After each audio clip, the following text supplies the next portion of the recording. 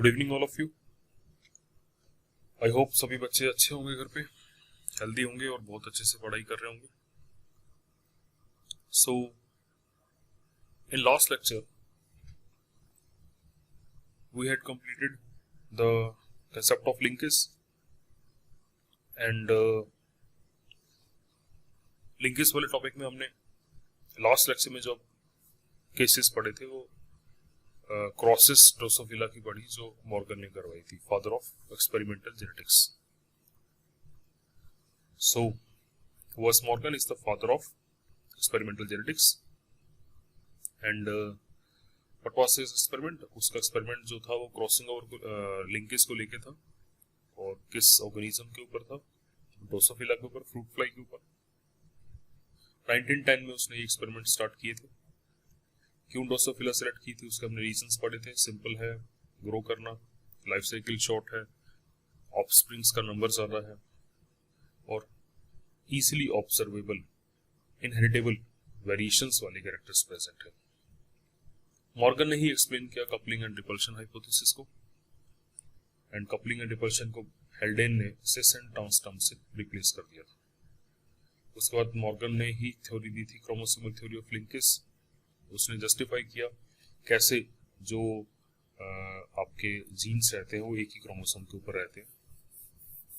उसके बाद हमने क्रॉसिंग ओवर का एक सिंपल व्यू लिया था, मॉर्गन की क्रॉस को समझा था एंड फाइनली जो उसकी कंक्लूजन्स थी उनके बारे में पढ़ा था। And today we will start with the crossing over.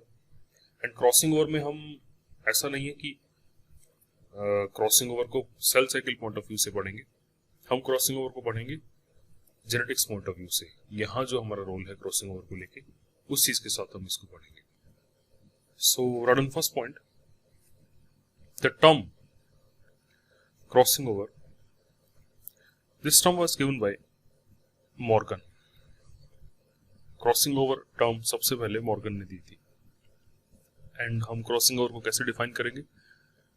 It is the exchange of genetic material. कल भी हमने इस पॉइंट को पढ़ा था। Exchange of genetic material between non sister chromatids of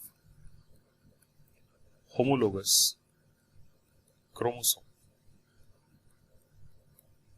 homologous chromosomes की नॉन सिस्टर क्रोमेटिड्स के in between होने वाला एक्सचेंज है जेनेटिक मटेरियल का, that is known as crossing over. What is the stage जिसमें क्रॉसिंग ओवर ऑब्जर्व की जाती है? इट इज ऑब्जर्व्ड इन, किस स्टेट में इसको ऑब्जर्व किया जाता है? Pachytene stage. बहुत इंपॉर्टेंट क्वेश्चन रहता है सेल साइकिल का ही। पैकेटिन स्टेज ऑफ सब फेज है ये किसका? प्रोफेज 1। प्रोफेज 1 का मतलब मियोसिस 1, उसमें इसको ऑब्जर्व किया जाता है। And the result of crossing over is, result of crossing over is cross over. Crossing over होने के बाद जो चीज बनती है that is known as crossover. Now, what is the significance of crossing over from genetics point of view? जैसा कि मैंने कहा कि हम क्रॉसिंग ओवर को पढ़ेंगे जेनेटिक्स पॉइंट ऑफ व्यू से। तो कल हमने पढ़ा था लिंकेज को ब्रेक करती है क्रॉसिंग ओवर।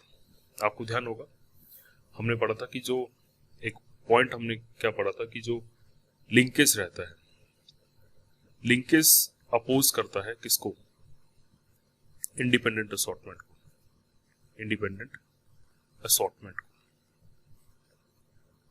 एंड अगर हम क्रॉसिंग ओवर की बात करें तो crossing over break linkage.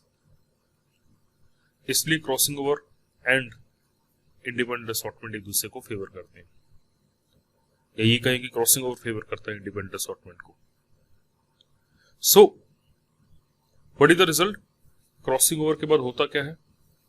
Crossing over से रिकॉम्बिनेंट्स बनते हैं। जेनेटिक्स पॉइंट ऑफ व्यू से हम बात करें, crossing over results into formation of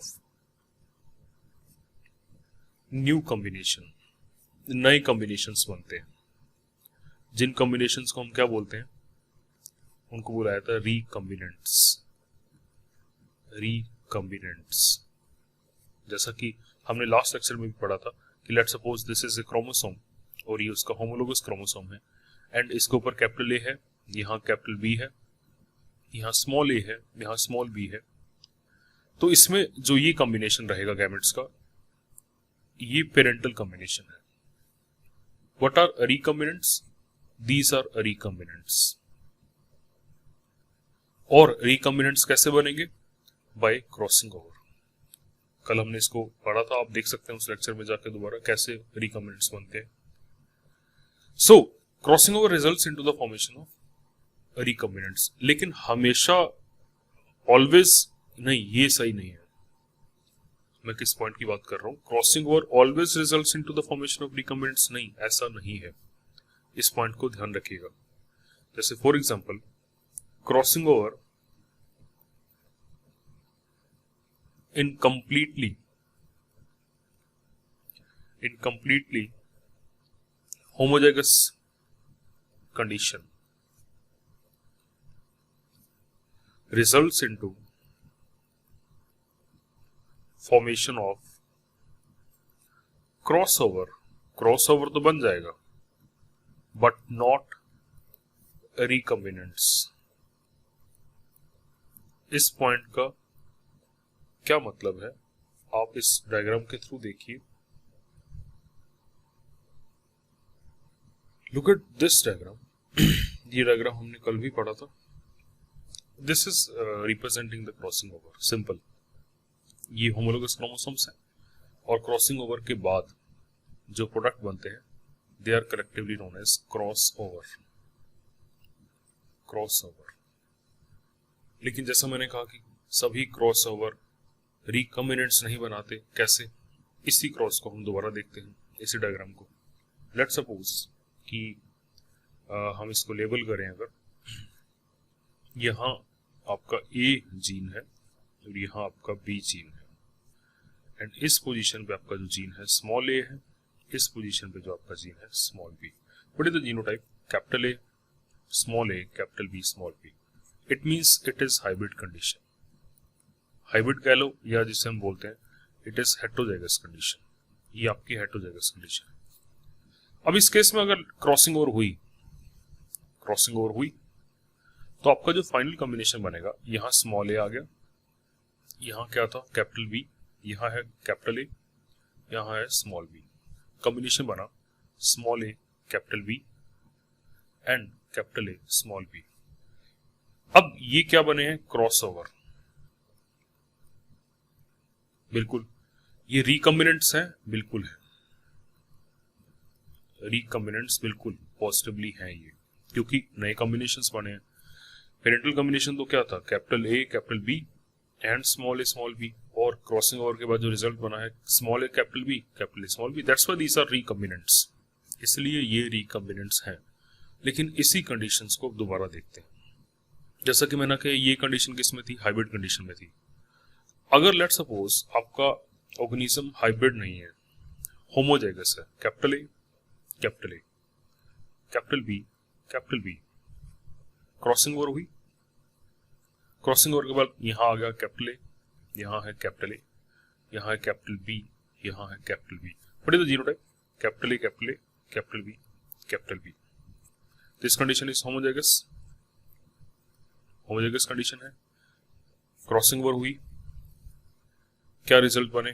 cross over बने हैं। बिल्कुल, क्रॉसिंग ओवर के बाद जो रिजल्ट आता है उनको हम बोलते हैं क्रॉस ओवर। लेकिन कॉम्बिनेशन अभी भी क्या बना?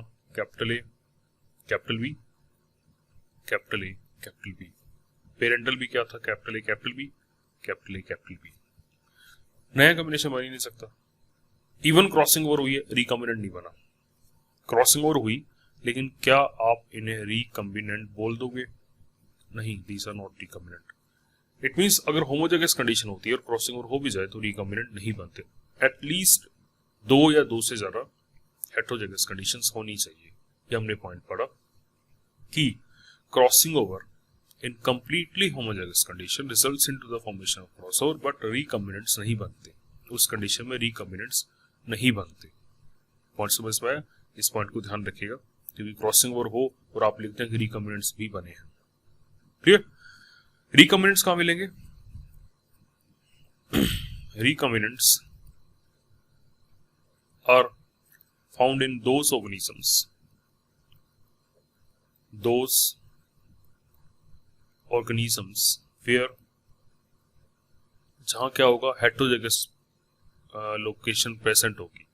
हेट्रोजाइगोसिटी कहां पे? एट 2 और मोर लोकाई। दो या दो से ज्यादा कंडीशंस में हेट्रोजेगस होनी चाहिए। इसका मतलब ये हुआ फाइनली कि क्रॉसओवर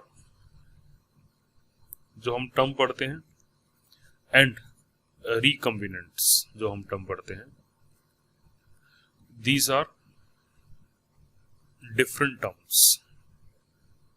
ये क्या है? ये अलग अलग टर्म्स हैं, सेम टर्म्स दोनों नहीं है। सो this is the basic idea of crossing over. अब हम बात करते हैं क्रॉसिंग ओवर के मैकेनिज्म की। What is the mechanism of crossing over? So mechanism हम दो लेवल पे पढ़ते हैं, at two different level। NCERT का पॉइंट नहीं है ये, तो जरा इसमें आपको थ्योरी पे ध्यान देने की जरूरत नहीं है। What is the gross level, जो कि रहता है क्रोमेटिन लेवल पे, या मैं ये कहूं क्रोमोसोमल लेवल पे,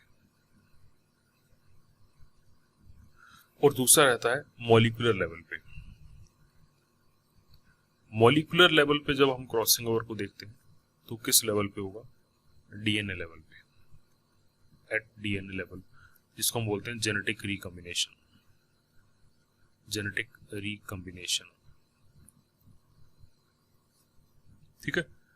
सो इन दो टर्म्स को एक बार हम देख लेते हैं। सो डायग्राम के थ्रू हम समझते हैं इस चीज को। द फर्स्ट डायग्राम, इससे पहले हम एक छोटा सा आइडिया लेते हैं कि क्रॉसिंग ओवर किस स्टेज में हो रहा है। क्रॉसिंग ओवर जो होती है वो आपकी पैकेटिंग स्टेज में रहती है। पैकेटिंग सब stage of prophase 1, stage of meiosis 1। अब प्रोफेज 1 की 5 स्टेजेस रहती हैं, हमें याद है। लेप्टोटीन फर्स्ट, दो सब स्टेज थी इसकी। जाइगोटीन सेकंड, अभी आपने सेल वाइगो टेस्ट दिया है, आपको ध्यान होगा। Pachytene third, then is diplotene, and the fifth is diakinesis. और सबकी खास बात क्या थी? लेप्टोटीन में बुके स्टेज बनती है, वूल लाइक बहुत थिन थ्रेड नजर आने स्टार्ट होते हैं। जाइगोटीन में पेयरिंग स्टार्ट हो जाती है, किसकी हेल्प से? सिनेप्टोनिमल कॉम्प्लेक्स की हेल्प से पेयरिंग हो जाती है। पैकेटिन स्टेज के अंदर क्रॉसिंग ओवर होती है, इस स्टेज में क्रॉसिंग ओवर होगी। डिप्लोटीन में जिस जगह पे क्रॉसिंग ओवर हुई है सिर्फ वहां क्रोमेटिड्स जुड़ी रहती हैं, बाकी जगह सिनेप्टोनिमल कॉम्प्लेक्स डिसॉल्व हो जाता है and it results into the formation of X shape structure known as chiasmata. And diakinesis में कियास्मेटा जो है वो टर्मिनल एंड की तरफ मूव करना स्टार्ट कर जाते हैं, that is known as terminalisation. So it is the main stage जहां पे क्रॉसिंग ओवर हुई, and this is the stage जहां पे सिनेप्टोनिमल कॉम्प्लेक्स बना, and diplotene is the stage जहां पे कियास्मेटा अपीयर हुए। अब हम बात करते हैं इसमें स्टेजेस ने लिखी हुई है, हम ग्रॉस लेवल पे क्रोमेटिन लेवल पे बात कर रहे हैं। यहां दो क्रोमोसोम साथ आके स्टैंड करेंगे, इस पॉइंट को भी समझ लेते हैं। आपको ध्यान है कि लेट्स सपोज कि एक सेल है, दिस इज ए सेल, ठीक है, और इस सेल में कंडीशन क्या है? Condition is it is diploid with 4 chromosome. तो इसमें ये एक क्रोमोसोम होगा, दिस इज फर्स्ट क्रोमोसोम, ये उसका होमोलोगस क्रोमोसोम होगा, ये इसका होमोलोगस क्रोमोसोम। एंड सिमिलरली ये दूसरा क्रोमोसोम है, बी कह सकते हैं हम इसको, ये दूसरा क्रोमोसोम है।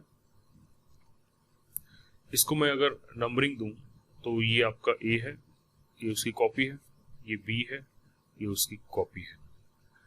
मेटाफेज के टाइम पे क्या होता है, या मियोसिस के टाइम पे क्या होता है, पेयरिंग होती है। And what is pairing? Pairing वाले केसेस में क्या होता है, पेयरिंग में ये रहता है कि जो आपके होमोलोगस क्रोमोसोम है, ये आपका होमोलोगस क्रोमोसोम थे, ठीक है। मैं एक ही क्रोमेटिड शो कर रहा हूं, इसका मतलब ये नहीं कि एक क्रोमेटिड होती है, मैं शो एक ही कर रहा हूं, वो दोनों आपस में बाइंड कर जाएंगे। होमोलोगस क्रोमोसोम एक दूसरे के सामने आ जाएंगे, तो ए के सामने ए आ जाएगा, बी के सामने बी चला जाएगा, ये आपका बी क्रोमोसोम, ये उसके सामने बी आ गया। अब इनके बीच में कॉम्प्लेक्स बन जाएगा, दैट लेटर लाइक स्ट्रक्चर, उस लेटर लाइक स्ट्रक्चर को हम क्या बोलते हैं, that is known as synaptonemal complex, उसको बोलते हैं सिनेप्टोनिमल कॉम्प्लेक्स। पैकेटिंग स्टेज में यहाँ एक नोड्यूल अपीयर होगा, रिकॉम्बिनेशन नोड्यूल। अब ये फर्क था, मियोसिस में ए के सामने ए आता है, लेकिन माइटोसिस में ए के नीचे ए आता है, बी के नीचे भी आएगा, इसको बोला जाता है pairing, this is known as pairing. अब इन दो क्रोमोसोम में एक क्रोमोसोम फादर का होगा, उसको हम बोलेंगे पैटर्नल, एक क्रोमोसोम मदर का होगा, उसे हम बोलेंगे मैटरनल। सभी केसेस में ऐसा होता है। यहाँ क्रोमोसोम शो किए हुए, यहाँ क्रोमेटिन क्रोमोसोम को थोड़ा सा मैग्नीफाई करके शो किया हुआ है, look at this.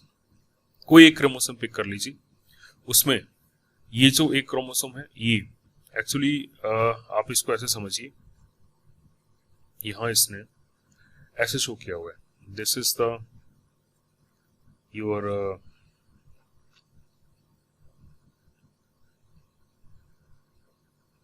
Paternal chromosome, ये सेंट्रोमियर, और ये पैटर्नल क्रोमोसोम की दो क्रोमेटिड्स, और उसके बगल में जो शो किया हुआ है वो है उसका होमोलोगस क्रोमोसोम जो मैटरनल है, जो कैसा है, मैटरनल है, ऐसे शो किया हुआ है। तो ये जो पैटर्नल है उसको ये ऐसे शो कर रहा है, और मैटरनल को ये ऐसे शो कर रहा है। अब ये दो क्रोमेटिड्स क्या होंगी, सिस्टर क्रोमेटिड्स, और ये दो क्रोमेटिड्स क्या होंगी, नॉन सिस्टर क्रोमेटिड्स। बता चुका हूं ऑलरेडी, करवा चुका हूं। अब इस डायग्राम को शायद समझ सकेंगे आप। यहां दिख रहा है ब्लू कलर का एक जो है वो पैटर्नल क्रोमोसोम है, और रेड कलर वाला मैटरनल क्रोमोसोम है। ये उसकी जो दो आर्म्स हैं, सिस्टर क्रोमेटिड्स हैं। अब क्या होगा, नेक्स्ट स्टेज में सिनेप्टोनिमल कॉम्प्लेक्स अपीयर होना स्टार्ट होगा। आप देख रहे हैं ग्रीन कलर का बीच में सिनेप्टोनिमल कॉम्प्लेक्स बनना स्टार्ट होगा, दिस इज। उसके बाद कट लग चुका है, लुक एट दिस पॉइंट, इस पॉइंट को देखिए, कट लग चुका है। नेक्स्ट स्टेज में ब्रांच माइग्रेशन हो जाएगी, इधर से यहां डीएनए कनेक्ट हो जाएगा, इधर से यहां डीएनए कनेक्ट होगा। ये जो पॉइंट होते हैं, इस पॉइंट को बोलते हैं क्रॉस ओवर, जहां क्रॉसिंग ओवर हो रही है, एक्स शेप स्ट्रक्चर जो नजर आती है, एक्स शेप स्ट्रक्चर। और फाइनली नेक्स्ट स्टेज में सिनेप्टोनिमल कॉम्प्लेक्स डिसॉल्व हो जाएगा, और जिस पॉइंट पे वो जुड़ा रहेगा, आपका डीएनए जिस पॉइंट पे जुड़ा रहता है, उस पॉइंट को क्या बोला जाता है, chiasmata. So this is the mechanism at which level, chromatin level. Simple है, ये हमने इसी को ही समझा है, ये सबसे सिंपल डायग्राम है क्रॉसिंग ओवर को अगर समझाना है तो। फिर हमने डीएनए लेवल पे स्टेजेस के हिसाब से समझा, अब हम मॉलिक्यूलर लेवल पे समझते हैं। मैं फिर बोल रहा हूं, थ्योरी में आपसे क्वेश्चन कोई नहीं पूछेगा इसके बारे में, एंड इस मॉलिक्यूलर लेवल के मैकेनिज्म में ऑब्जेक्टिव क्वेश्चन भी ऑलमोस्ट आपसे कोई नहीं पूछेगा। ये सिर्फ है अंडरस्टैंडिंग को इंप्रूव करने के लिए, क्योंकि नेक्स्ट चैप्टर जो हमारा रहेगा दैट इज मॉलिक्यूलर बेसिस, जिसमें हम मॉलिक्यूलर लेवल पे बात करेंगे। तो जब हम डीएनए की बात करेंगे तो आपको आइडिया होना चाहिए कि क्रॉसिंग ओवर बेसिकली कैसे हो रही है। और वही सेम चीज है, यहाँ पे ब्लू जो क्रोमोसोम था वो पैटर्नल था, मैटरनल था। यहाँ पे जो क्रोमोसोम, क्योंकि अगर क्रोमोसोम के अंदर देखो, इसको अगर तुम ओपन करके देखोगे तो इसके अंदर क्या मिलेगा आपको, इसके अंदर डीएनए मिलेगा, इसके अंदर सिस्टर क्रोमेटिड का डीएनए मिलेगा। यहां उसी डीएनए को इसने क्या किया हुआ है, सिंपल लाइंस की फॉर्म में शो किया हुआ है। और आपको पता है डीएनए के स्ट्रक्चर बायोमोलिक्यूल का चैप्टर आपने पढ़ा है, पोलर मोलिक्यूल रहता है 5 एंड दूसरा 3' एंड, और एंटी पैरेलल स्ट्रक्चर की वजह से दूसरा 5 एंड 3' एंड। सो ये जो है आपका, ये आपका क्या है, पैटर्नल क्रोमोसोम, पैटर्नल क्रोमोसोम के डीएनए है। और जो आपका ये वाला पार्ट है, this is maternal chromosome DNA. अब इस मैकेनिज्म को समझिए।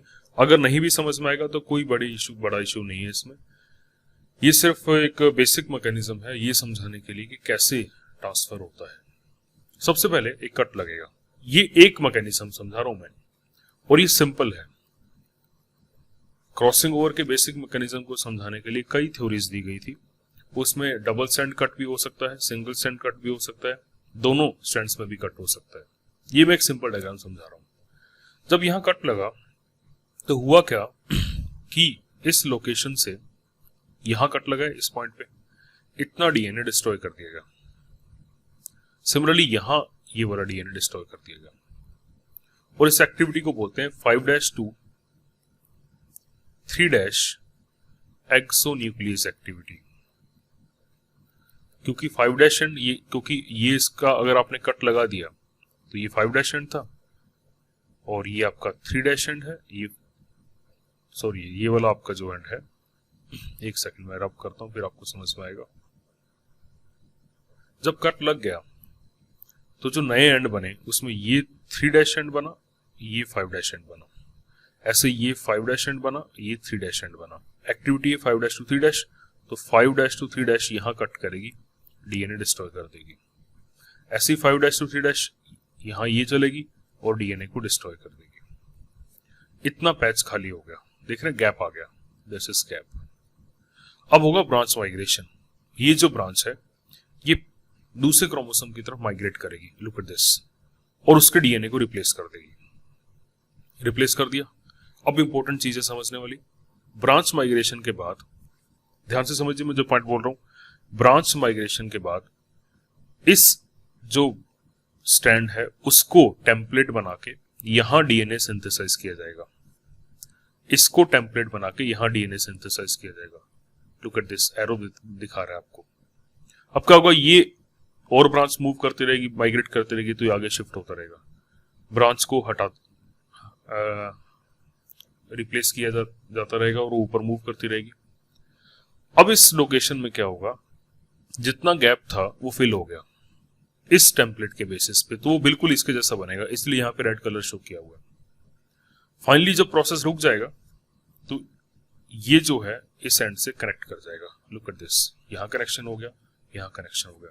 This junction is known as Holliday junction. Finally इसको सॉर्ट आउट कर लिया जाएगा और रिजल्ट बनेगा आपका ये, and this is cross over. ये आपका क्या बन गया, क्रॉस ओवर।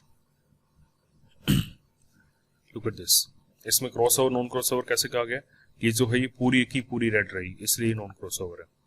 लेकिन आप देख रहे हैं यहाँ पे इस जगह पे रेड भी है, ब्लू भी है, इसलिए इनको क्या बोला गया है, cross over. This is known as cross over. So this is the molecular mechanism. मैं फिर बोल रहा हूँ, इस डायग्राम को अगर आप ड्रॉ करना चाह रहे हैं, हालांकि सेल साइकिल में भी हमने पढ़ा था ये डायग्राम, तो भी ठीक है।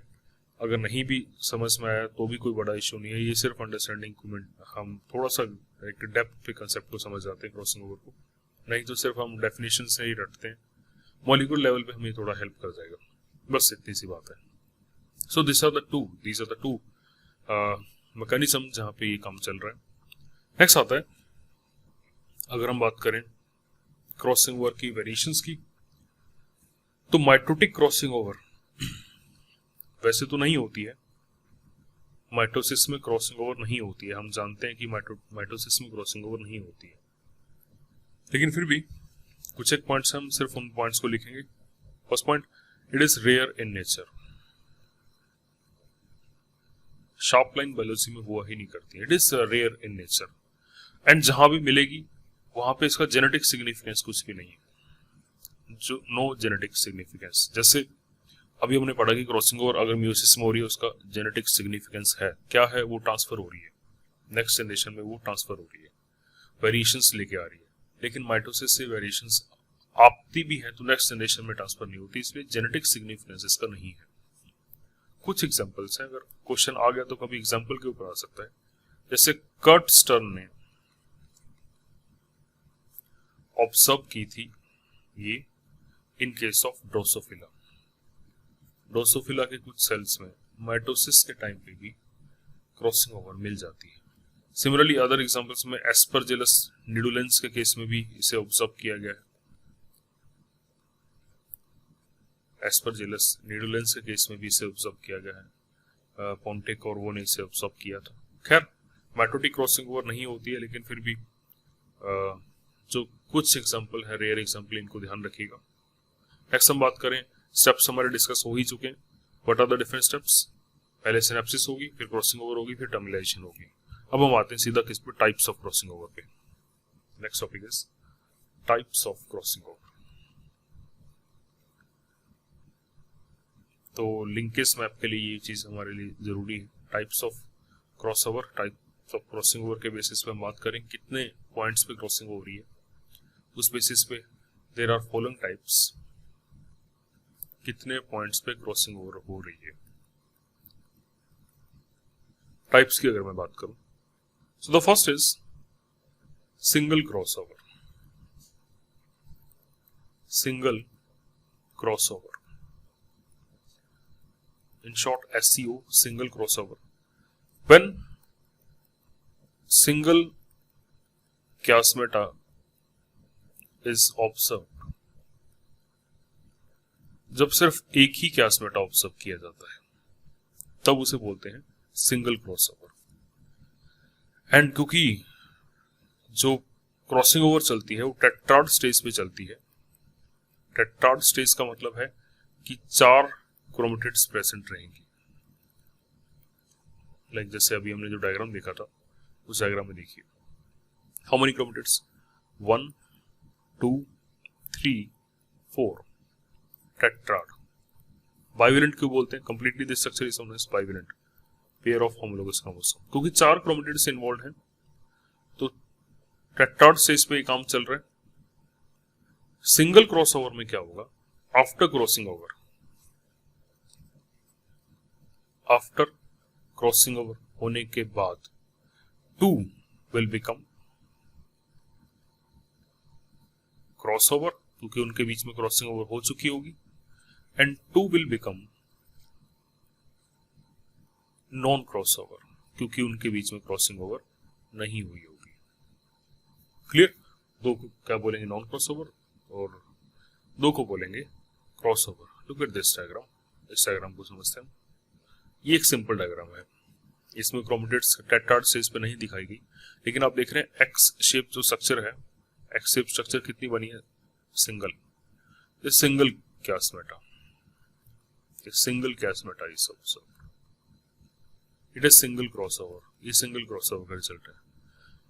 लुक एट दिस डायग्राम, इस डायग्राम पे समझ में आएगा आपको। ये फर्स्ट कंडीशन है, ये फर्स्ट पेयर फर्स्ट क्रोमोसोम है और ये दूसरा क्रोमोसोम है। हम कहेंगे AP paternal form, maternal form, एक ही क्रोमोसोम है। अगर उनके बीच में क्रॉसिंग ओवर नहीं हुई, no crossover, NCO, no crossover, कोई क्रॉसिंग ओवर नहीं हुई। लेकिन आप देख रहे हैं 2 स्ट्रैंड्स इन्वॉल्व हुई हैं इस पॉइंट पे, इस पर्टिकुलर पॉइंट पे 2 स्ट्रैंड्स इन्वॉल्व हो गई हैं। 2 स्ट्रैंड के बाद जो रिजल्ट आएगा उसमें ये नॉन क्रॉसओवर है, ये नॉन क्रॉसओवर है, लेकिन ये दोनों क्या रहेंगी? क्रॉसओवर। तो 2 crossover, 2 non crossover. Single point पे क्रॉसिंग ओवर हुई है, इसको बोला जाता है single crossover, SCO, single crossover. सिर्फ एक ही chiasmata आप ऑब्जर्व कर पाएंगे। ठीक है। Similarly the second one is, जो दूसरा केस रहता है, ये था आपका पहला सिंगल क्रॉसओवर। अब हम आते हैं दूसरे केस पे। The second case is double crossover.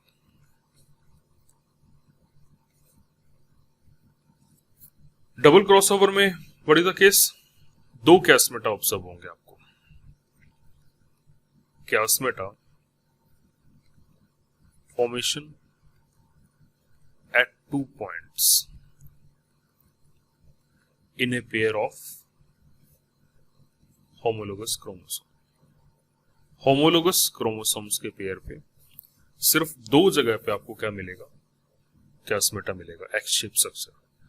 लेकिन जैसे हमने पहले पढ़ा कि एक जगह एक कैस्मेटा मिलेगा, दो स्ट्रैंड क्या बन जाएंगी, क्रॉसओवर, दो नॉन क्रॉसओवर। इसमें डिपेंड करता है कितनी स्ट्रैंड्स इन्वॉल्व हुई हैं। इसलिए आप इसको भी फर्दर टाइप्स में डिवाइड करते हैं। जैसे first is two strand double crossover, दो क्रॉसेस हुई हैं लेकिन दो ही स्ट्रैंड्स इन्वॉल्व है। Three strand double crossover. And ऐसा भी हो सकता है कि चारों की चारों स्ट्रैंड्स क्रोमेटिड्स इन्वॉल्व हो चुकी हैं। लुक एट दिस, इस डायग्राम को देखिए, ये सिंपल डायग्राम है, आपको दिख रहा है इस डायग्राम में दो एक्स शेप स्ट्रक्चर नजर आ रही है। There are two chiasmata, so it is double crossover. ये क्या है आपका डबल क्रॉसओवर। लेकिन लुक एट दिस डायग्राम, अब देखते हैं हम डबल क्रॉसओवर के जो टाइप्स हैं। लुक एट दिस, तो फर्स्ट केस, इस केस में चार क्रोमेटिड में से सिर्फ ये और ये दो ही क्रोमेटिड्स इन्वॉल्व रही हैं। डबल क्रॉसओवर, दो पॉइंट पे क्रॉसिंग ओवर हुई है और दो ही स्ट्रैंड्स इन्वॉल्व रही हैं। तो this is two strand double crossover. इस केस में दो स्ट्रैंड बनेंगी नॉन क्रॉसओवर, एक ये, और दो क्या बनेंगी, क्रॉसओवर। 2:2 का रिजल्ट रहेगा। लुक एट दिस केस, इस केस में क्या है, इसमें तीन स्ट्रैंड इन्वॉल्व रहेंगी। This one is involve, this one is involve, this one is involve in crossing over, लेकिन ये इन्वॉल्व नहीं है। पॉइंट दो ही है जहां क्रॉसिंग ओवर हुई है। It is double crossover with three strands, तीन स्ट्रैंड के साथ डबल क्रॉसओवर। इस केस में क्या होगा, there will be three crossover, तीन क्रॉसओवर है, एक क्या है, नॉन क्रॉसओवर, एक नॉन क्रॉसओवर बनी है। And look at this, this is also the same case, double crossover with three strands, वो कोई भी हो सकती है। एंड द लास्ट केस जो हमने पढ़ा, फोर स्ट्रैंड डबल क्रॉसओवर, सभी की सभी स्ट्रैंड्स क्रॉसिंग ओवर में इन्वॉल्व है। कैस्मेटा अभी भी दो ही बने। इसमें नो क्रॉसओवर का कोई केस नहीं है, चारों केस किसके हैं, क्रॉसओवर के रहेंगे। सो this is these the types of crossing over, single crossover, double crossover. ध्यान रखिएगा, हमारे सिलेबस में तो खैर ये चीजें नहीं होती, लेकिन कंपटीशन पॉइंट ऑफ व्यू से अगर हम बात करें, syllabus in the sense board point of view, CBSE point of view से मैं बात नहीं कर रहा हूं, कंपटीशन पॉइंट ऑफ व्यू से बात करें तो हम मैक्सिमम इनको पढ़ेंगे, इस केस को। थ्री स्टैंड और फोर स्टैंड के केस हम नहीं पढ़ेंगे, क्योंकि इतना कॉम्प्लिकेटेड क्वेश्चन हमारे से नहीं पूछा जाता है। वैसे तो रेयरली क्वेश्चन है कि डबल क्रॉसओवर पे भी आपके पास क्वेश्चन आ जाए, लेकिन स्टिल अगर आपके पास क्वेश्चन आया भी तो मैक्सिमम टू मैक्सिमम डीसीओ का जो क्वेश्चन रहता है वो इस पे रहेगा, इन पे क्वेश्चन नहीं रहेगा आपके पास, क्योंकि ये कॉम्प्लिकेटेड केस रहते हैं। Clear? Now we will next move to the topic factors affecting the crossing over. Factors affecting crossing over. Crossing over को कौन कौन से फैक्टर इफेक्ट करते हैं? तो फर्स्ट पॉइंट एक एक करके हम डिस्कस करते हैं। तो first is distance between two genes. ये तो हमने कल ही पढ़ा है, डिस्टेंस बिटवीन टू जीन्स कल ही हमने पढ़ा है। इसमें रिलेशन कैसा रहता है? Inversely proportion. There is a relation of inversely proportion. जितनी ज्यादा डिस्टेंस होगी, let's suppose this is a chromosome, ये आपका क्रोमोसोम है, और एक सेकंड कंडीशन है, this is A, this is B, this is A, this is B. Inversely proportion का इनके बीच में रेशियो रहेगा, कल भी हमने पढ़ा था। इनके बीच में डिस्टेंस ज्यादा है तो क्रॉसिंग ओवर के चांसेस भी क्या होंगे? ज्यादा रहेंगे। डिस्टेंस कम है तो क्रॉसिंग ओवर के चांसेस, क्रॉसिंग ओवर हो जाएगी, इनके बीच में क्रॉसिंग ओवर के चांसेस कम हो जाएंगे। पॉइंट समझ में आ रहा है? अब क्रॉसिंग ओवर तो दोनों केसेस में हो सकती है, पर पेयर एक कैस्मेटा फॉर्मेशन की प्रोबेबिलिटी रहती है, लेकिन इन दोनों के बीच में क्रॉसिंग ओवर होगी, वो इन दोनों के जीन के बीच का डिस्टेंस डिसाइड करेगा। तो first factor is distance between two genes. Second factor की बात करें तो हेटेरोक्रोमेटिन। क्रोमेटिन के आपने दो टाइप पढ़े, darkly stained heterochromatin, lightly stained euchromatin. Heterochromatin जो है, it will decrease the chances of crossing over. यहां क्रॉसिंग ओवर के चांसेस क्या रहते हैं? कम रहते हैं। क्लियर? Third is temperature. तो टेम्परेचर की अगर हम बात करें, if the fluctuation in temperature, the fluctuation in temperature increases the chances of crossing over, crossing over के चांसेस को बढ़ा देता है। Similarly the next factor is X-rays. कुछ रेज की अगर हम बात करें, एक्सरेज, तो एक्सपोजर विल इंक्रीजेस, ये साइन में इंक्रीज का यूज करता हूं, increases the chances of crossing over, crossing over के चांसेस बढ़ा देगा। नेक्स्ट हम बात करें कुछ पर्टिकुलर सेक्स की अगर हम बात करें, तो आपको ध्यान है कल हमने एक एग्जांपल पढ़ा था मेल ड्रोसोफिला का। तो क्या रहता है, इन सम हेट्रोगैमेटिक ऑर्गेनिजम्स, सम हेट्रोगैमेटिक ऑर्गेनिजम्स जो दो अलग अलग टाइप के गैमेट्स बनाते हैं, क्रॉसिंग ओवर की प्रोबेबिलिटी डाउन रहती है। जैसे example male Drosophila, male Drosophila में क्या रहता है, क्रॉसिंग ओवर की जो प्रोबेबिलिटी रहती है वो कम रहती है।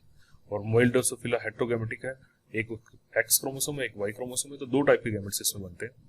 स्पर्म्स दो टाइप के रहेंगे, X carrying and Y carrying, that's why heterogametic लिखा हुआ है यहाँ पे। Clear? And the last factor is interference. इस पॉइंट को थोड़ा ध्यान से समझिएगा क्योंकि ये हमारे आगे काम आएगा। इंटरफेरेंस, इसकी डेफिनेशन को समझिए। What is interference? इसको सबसे पहले ऑब्जर्व किया था, फर्स्ट ऑब्जर्वेशन जो इंटरफेरेंस की थी वो किसकी थी? H.J. म्यूलर ने इसको सबसे पहले 1916 में इसको सबसे पहले ऑब्जर्व किया।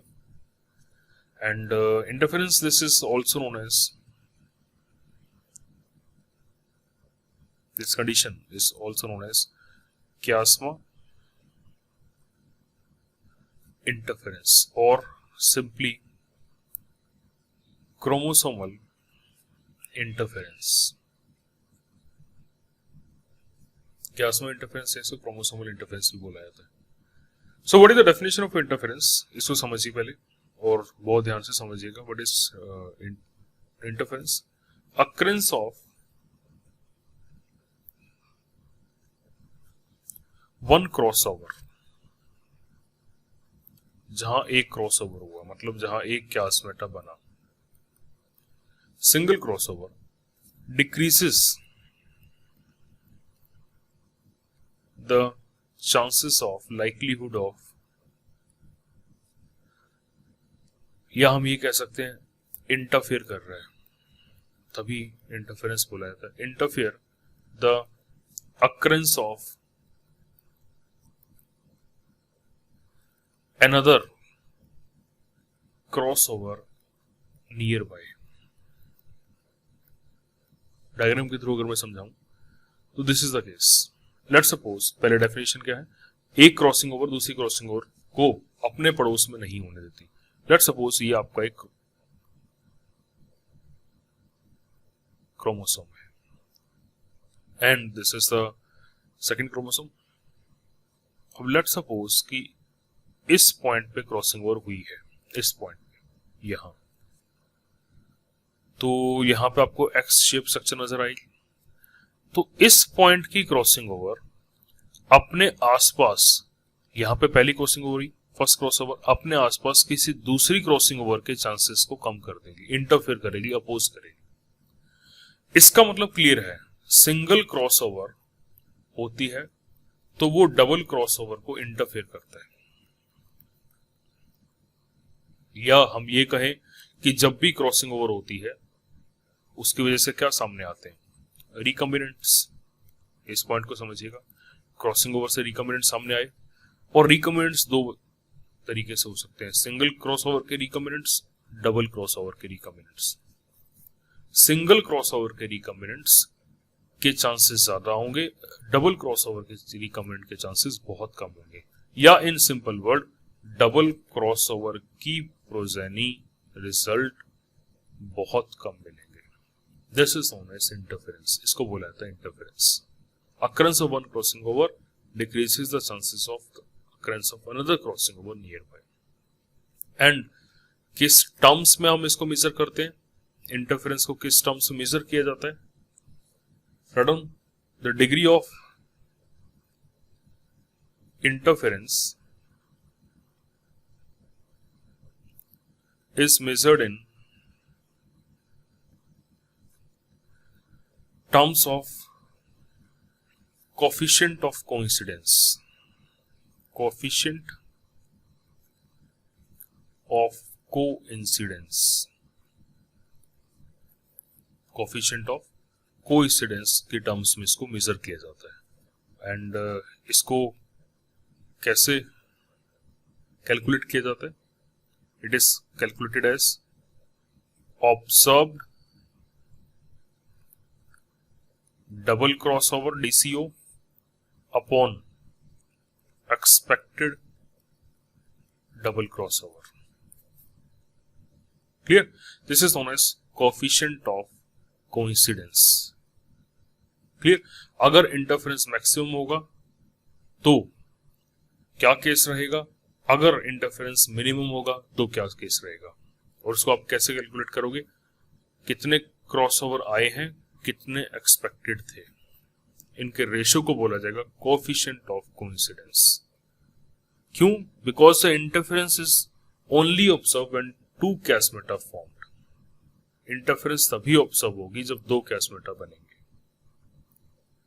तो इस पॉइंट को ध्यान रखिएगा। इस कंडीशन को आप ऐसे भी कह सकते हैं दूसरे तरीके से। What is the case? जो कोइंसिडेंस रहती है वो कंप्लीमेंट करती है, कोइंसिडेंस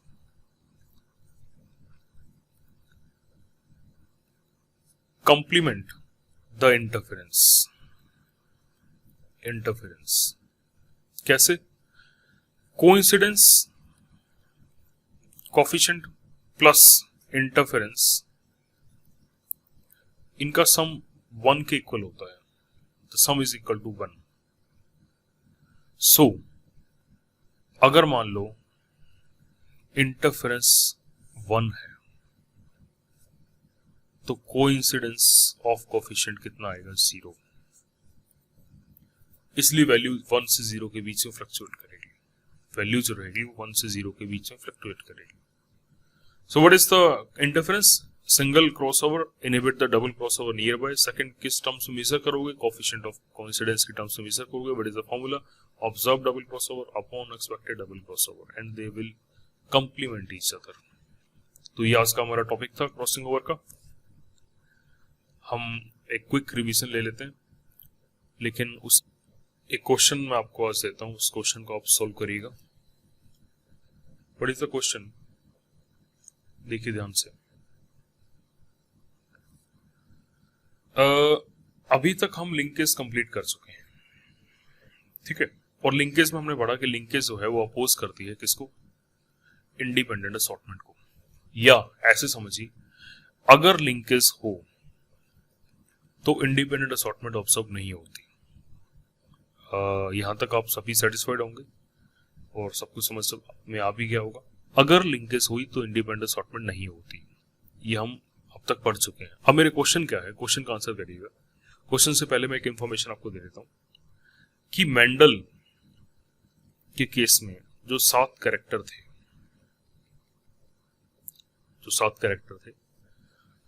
उन कैरेक्टर के जो जीन्स थे they were present on 4 chromosomes. कैसे कैसे उनको देखिए। जो जीन था किसका? सीड कलर का एंड फ्लावर कलर का। This was present on chromosome number 1, seed colour और फ्लावर कलर। सिमिलरली जीन 4 किसका? Pod shape, second flower position and third height. ये तीनों के तीनों जीन किस क्रोमोसोम पे प्रेजेंट थे? Chromosome number 4। Similarly, the gene for pod color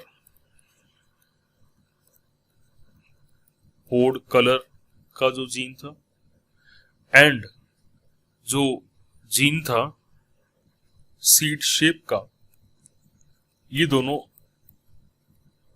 अलग अलग क्रोमोसोम से प्रेजेंट थे। पोड कलर का जो जीन था it was present on chromosome number 5 and seed shape का जो जीन था it was present on chromosome number 7। तो 4 क्रोमोसोम पे जीन्स प्रेजेंट थे 7 कैरेक्टर्स के। फर्स्ट क्रोमोसोम पे 2 के थे, सीड कलर और फ्लावर कलर का। फोर्थ क्रोमोसोम पे 3 थे, कौन कौन से? Pod shape, flower position and height. And fifth chromosome पे एक ही था, पॉड कलर का, एंड सेवंथ पे भी एक ही था, सीड शेप का। और ये चीज किसने ऑब्जर्व की थी? This was observe by Lamprecht, scientist का नाम था। 1961 में उसने ऑब्जर्व किया था, लेम्प्रीशेट ने इस चीज को ऑब्जर्व किया था। अब मेरा क्वेश्चन ये है कि अगर जैसा कि ये कंडीशन है, सीड कलर अगर मैं ये क्रॉस करवाता, सीड कलर मतलब वहां जो था वो रेड ग्रीन को लेके था, येलो डोमिनेंट था तो मैं डोमिनेंट का साइन उठाता हूं, और फ्लावर कलर तो फ्लावर कलर का वायलेट का साइन लेता हूं, और ये अगर मैं क्रॉस करवाता हूं ये वाली, तो F1 generation and F2 generation, और इसमें इंडिपेंडेंट असॉर्टमेंट के हिसाब से रेशियो आया 1:1:1:1:1। मेंडल के हिसाब से तो ये आया था, क्योंकि मेंडेलियन क्रॉसेस में तो हम यही मान के चलते हैं। और यहां तो क्या है कि जो जीन है वो 2 प्रेजेंट है, लेकिन इस कंडीशन में देखिए एक ही क्रोमोसोम के ऊपर 3 जीन प्रेजेंट है। यहां तो चलो यहां 1% मान लिया कि लिंकेज कम हुई है, इस कंडीशन में तो लिंकेज स्ट्रॉन्ग थी। तो मेरा क्वेश्चन ये है कि अगर what is the question, if Mendelian characters show linkage, then how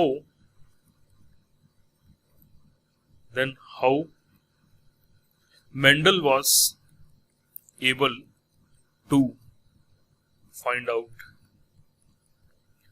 independent assortment?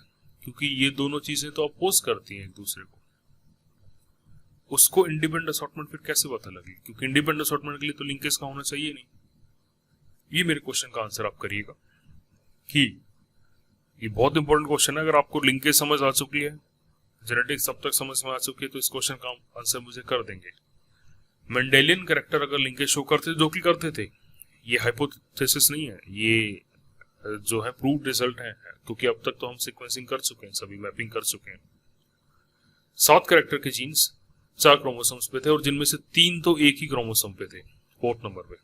तो उसे इंडिपेंडेंट असॉर्टमेंट का कैसे पता लगा? इस क्वेश्चन का आंसर करिएगा।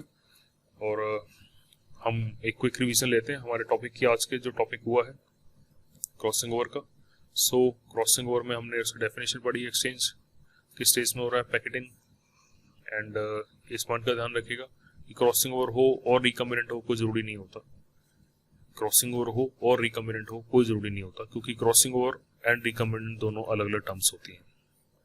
मैकेनिज्म हमने 2 लेवल पे पढ़ा। माइटोटिक क्रॉसिंग ओवर का एग्जांपल ध्यान रखिएगा कि किस में नहीं मिलती है ये। टाइप्स ऑफ क्रॉसिंग ओवर पढ़ा, उनके और फैक्टर अफेक्टिंग पढ़े। इसमें से जो सबसे इंपॉर्टेंट जो फैक्टर्स था, एक तो डिस्टेंस का फैक्टर था, ये आगे हमारे काम आएगा, बाकी फैक्टर देख लीजिएगा। और एक फैक्टर था हमारा ये वाला इंटरफेरेंस वाला, ये हमारे आगे काम आने वाले हैं। So this was all about the lecture of crossing over, and the next lecture we will start with tetrad analysis. तब तक इस टॉपिक को ध्यान से पढ़िए, अपने पेंडिंग लेक्चर जल्दी से कंप्लीट करिए, क्योंकि बहुत जल्दी हम हमारे टेस्ट के सिलेबस को स्टार्ट करेंगे। तो हम मिलते हैं नेक्स्ट लेक्चर में, तब तक अपना ध्यान रखिए, घर पे रहिए और सेफ रहिए।